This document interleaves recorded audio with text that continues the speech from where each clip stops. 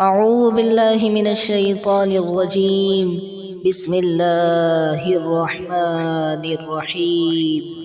والنازعات غرقا والناشطات نشطا والسابحات سبحا فالسابقات سبقا فالمدبرات أمرا يوم ترجف الراجفة تتبعها الرادفة قلوب يومئذ واجفة أبصارها خاشعة يقولون أئنا لمردودون في الحافرة أئذا كنا عظاما نخرة قالوا تلك إذا كرة خاسرة فإنما هي زجرة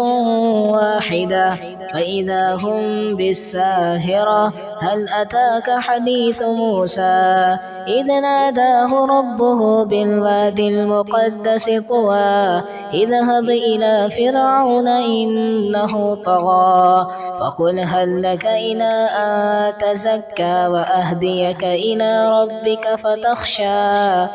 فأراه الآية الكبرى فكذب وعصى ثم أدبر يسعى فحشر فنادى فقال أنا ربكم الأعلى فأخذه الله نكال الآخرة والأولى إن في ذلك لعبرة لمن يخشى.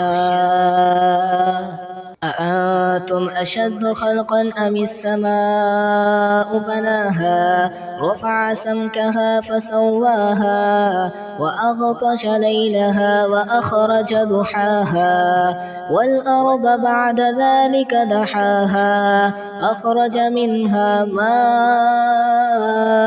ومرعاها والجبال أرساها متاعا لكم ولأنعامكم فإذا جاءت الطامة الكبرى يوم يتذكر الإنسان ما سعى وبرزت الجحيم لمن يرى فأما من طغى وآثر الحياة الدنيا فإن الجحيم هي المأوى وأما من خاف مقام ربه ونهى النفس عن الهوى فإن الجنة هي المأوى يسألونك عن الساعة أيان مرساها فيم أنت من ذكراها إلى ربك منتهاها إنما أنت منذر من يخشاها كأنهم يوم يرونها لم يلبثوا إلا عشية أو ضحاها.